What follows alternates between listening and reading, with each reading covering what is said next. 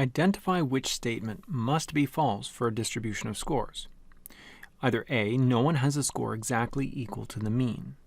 B, no one has a score exactly equal to the median. C, no one has a score exactly equal to the mode. Or D, all of the other options are false statements. All right, so let's have a look at these one by one and see whether or not they must be false. So A, no one has a score exactly equal to the mean. Well, I can think of situations where either could be true. So for example, I could look at a situation where nobody has a score equal to the mean. So I could have, let's say, my first score is 10, my second score is 20. Now, to find the mean, assuming that this is a population, it's going to be the sum of x over n. If you add these up, you'll get 30. And so this is 30 divided by 2 scores is 15.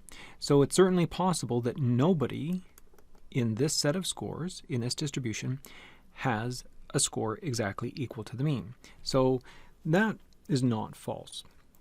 I could have a situation where 2 scores are 15, and even without doing any math here, you can see that the average is going to be 15.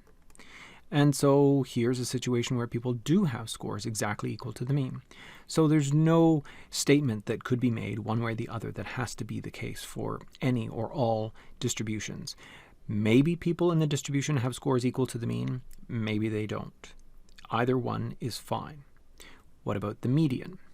When it comes to the median, I guess I could use, actually, let's create a new example. Let's say I have a simple set of values, 1, 2, 3, 4.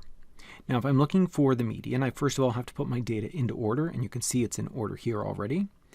And then I need to find the point at which half of the values are above and half of the values are below. So I have 2 scores that are below this line and 2 scores that are above in terms of their value, above the line. So my median in this case would be the average of these two. It's going to be 2.5. And you can see that no one score is exactly equals to 2.5. So here's a case where nobody has a score exactly equals to the median.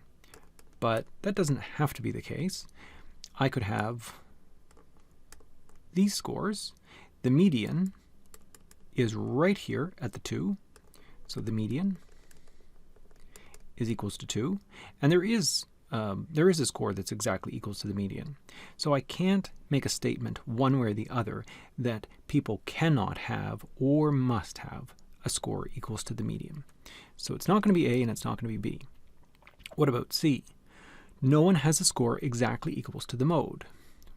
Well, I can certainly come up with an example where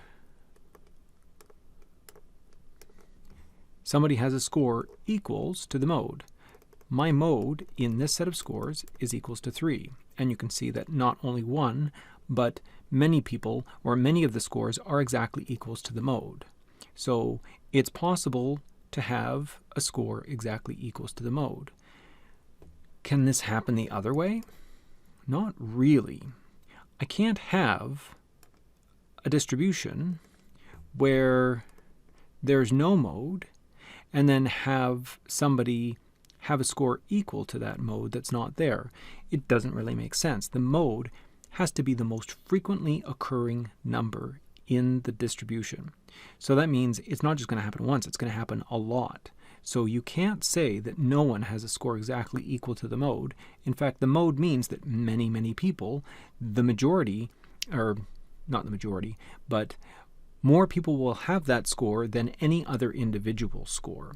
So this is the one that I'm looking for. This one must be false. You cannot have a distribution where no one has a score exactly equals to the mode. The mode is the most commonly occurring score, so people have to have that score. So the answer here is C.